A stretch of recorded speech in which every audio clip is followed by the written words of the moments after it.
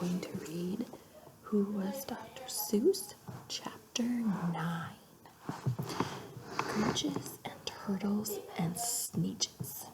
In 1957, the cat had turned Ted into a superstar author. He had become the head of his own publishing house. As if that wasn't enough, for 1 year, he also invented the Grinch. Ted liked to hint that the Grinch was Dr. Seuss himself. He even had a license plate that said Grinch. As for where the name came from, he said, I just drew him and looked at him, and it was obvious to me who he was. As soon as it was published, How the Grinch Stole Christmas was a big hit. A few years later, Ted got a call from an old friend, Chuck Jones. He was now a famous animator and the creator of Roadrunner and Wile E. Coyote.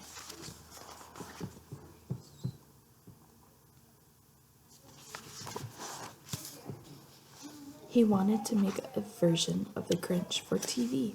Ted was uneasy about the idea, but he trusted Jones. He even let him turn the Grinch green. He had been black and white with pink eyes in the book. I didn't know that. I have to try that, but look at the book. The Grinch Christmas special appeared on TV in 1966 and has been a holiday favorite ever since. Ted and Helen finally had exactly the life they wanted. They had plenty of money, so Ted didn't have to do any more ads. Helen was happy to take care of all the practical details of life, so he could just write and draw all day. They did not have a family of their own, but they became close with Ted's niece, Peggy. Ted had loved playing with Peggy when she was a baby. Even after he and Marnie were not speaking, he kept in touch with Peggy. In her 20s, Peggy moved out to California. She lived in the Giselle's Tower for a while. She even got married there. Her son, another Ted named Teddy, was like a grandson to the Giselles.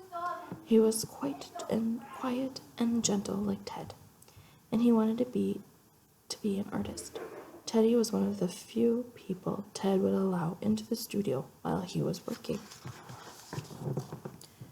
Peggy and Ted. Over the next 10 years, Ted wrote 12 books, including the classics The Cat in the Hat, Comes Back, One Fish, Two Fish, Red Fish, Blue Fish, and Hop on Pop.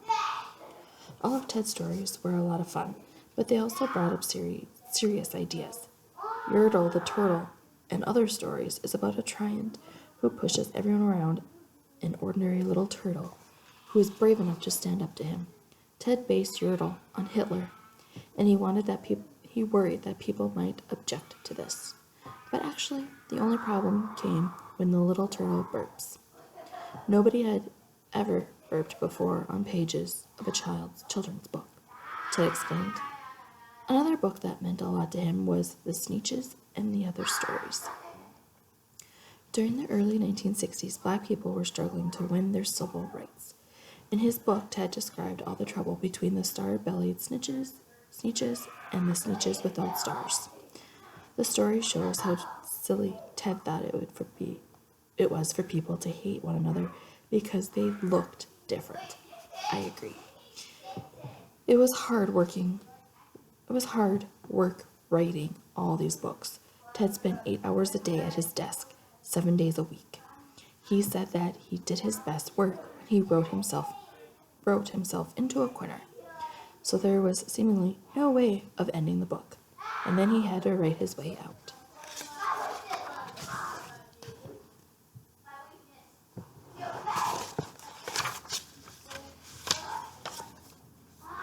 Helen had to deal with Ted's moods while he was doing this. She explained about 2 weeks before the completion of every book, he decides that nothing in the book is any good. Then she had to talk him out of throwing the whole thing away. My goodness.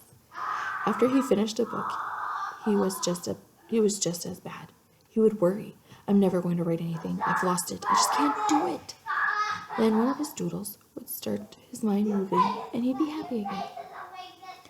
Work was always the center of Ted's life, but sometimes he did to take a break.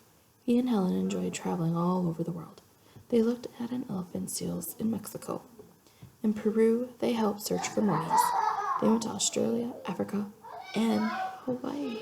Oh my god, they just got to travel everywhere. Sounds like fun, right? Okay. How do you say Grinch in Chinese? Here we go. I don't know how to pronounce it, so you look at it. At first, Dr. Seuss's books were not well known outside the United States. People in England thought they were too American, vulgar, rude, and slangy, and it was hard to introduce the books to other countries because Dr. Seuss's rhymes and invented words were almost impossible to translate. Clever translations tried, however, and soon Dr. Seuss's fame spread around the world. Eventually, his books appeared in more than 20 languages, including Chinese, Swedish, Spanish, Hebrew, Maori, Latin, Japanese, Greek, and Yiddish. At home, they loved to entertain. Guests would gather around the piano and sing.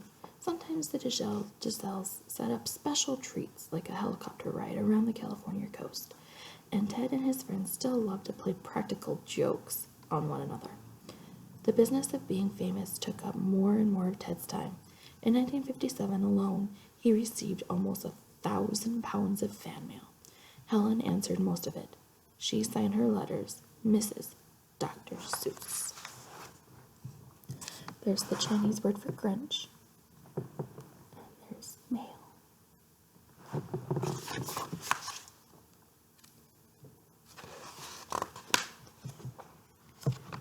Ted was still terrified of speaking in public, but now that he was so famous, sometimes he had to.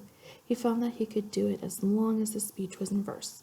He once explained to a big group of booksellers, "As everyone present undoubtedly knows, I am completely incapable of speaking in prose."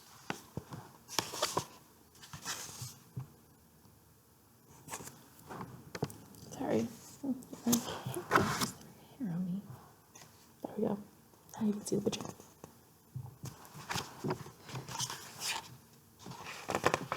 Alright, that was chapter 9, and I'll be back for chapter 10. We're getting close to the end, as you can see. Alright, have a great day, y'all.